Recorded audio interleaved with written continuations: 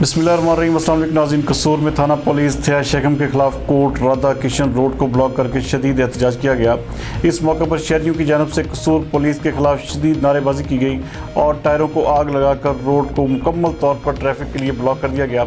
हमारे district bureau chief Mohammad Aleem के मुताबिक इस एहतजाज में अवाम की जानब से कसूर पुलिस की गुंडागर्दी नामंजूर के नारे भी लगते रहे, जबकि मुकामी लोगों ने एहतजाज के दौरान SHO थे शेखम को तब्दील करने का मुतालबा भी कर दिया। नाज़रीन, आपको एक बार फिर बताते चलें कि कसूर में थाना पुलिस थे शेखम के खिलाफ कोट राधा किशन रोड ब्लॉक करके शहरियों ने शदीद एहतजाज किया है। इस मौके पर कसूर पुलिस के खिलाफ शदीद नारेबाजी और टायरों को आग लगाकर रोड को मुकम्मल तौर पर ट्रैफिक के लिए ब्लॉक कर दिया गया।